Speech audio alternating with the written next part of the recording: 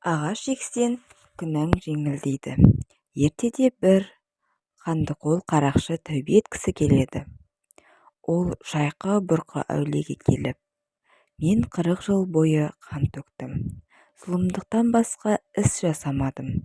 Енді тәубеме келдім. Не амал жасасам, Құдай күнәмді кешіреді?» деп сұрайды. Шайқы-бұрқы: «Жол шетіне жеміс ағашын ек. Өткен-кеткен жолаушылар саясына демалсын, жемісін жесін, шөлін қандырсын» дейді. Қарақшы жолдың жиегіне көп ағаш егіп баптайды. Арада бірнеше жыл өткенде ағаш жайқалып, бақшаға айналыпты. Жолаушы демалып, керуен ат демалтып, жайлы жерге айналады. Бір күні шайқы-бұрқы жолаушылап келе жатып, қарақшының бақшасына кезігеді. «Бұл кімнің бағы?» деп сұрайды. Бақтың иесі жоқ, жергілікті жұрт қарақшының бағы деп атайды.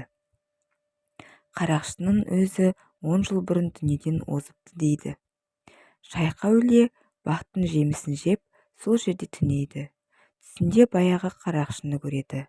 Ол жұмақтың бақшасында отыр екен. Төбесінен нұр тамшылап тұрады. Шайқы: «Ей Алла, бұл не хикаят? Қарақшының төбесінен нұр не үшін тамшылап тұр?» дейді. Мұның еккен ағашының саясында сан адам келіп демалады, жемісін жейді. Соның сауабы өзіне ақиретте азыққа айналды дейді. Шайқы-бұрқы ұйқыдан көңілді ояныпты.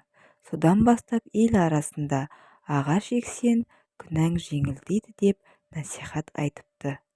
Ағаш ексе адамның күнәсі жеңілдейтіні жөніндегі тағы бір аңыз бар. Ертеде бір жігіт түс көреді. Түсінде әкесі шөл далада көлеңке іздеп жүріпті. Күннің ыстығынан табаны күйіп, жанұшыра айқайлайды. Жігіт шошып оянады. Ауыл ішінде 100 жасаған қарияға барып түсін жортады. Ол: «Балам, әкеңнің қабіріне ағаш ек. Әкең қабірде ауырлап тартып жатыр. Ағаш күнәсін жеңілдетеді» деп жориды.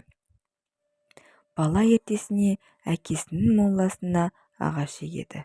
Оны күтіп баптап өсіріп, бір күн тағы да бір күн түс көреді. Түсінде әкесі үлкен бір ағаштың көлеңкесінде жатыр екен. Мазар басында ағаш ексе сауабы тіріге де өліге де тиеді деген сөз осы аңыздан үлгі болып жетіпті.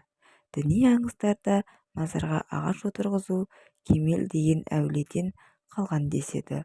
Ол уағызда: «Мазар көрсең ағаш ек, бұтаққа бөз байла, көп құс қонатын бақ өстіп, ху-ху-ху деп сайрар ет» деген насихаттар айтылады екен. Каналға тіркеліп, лайк баса кетіңіздер.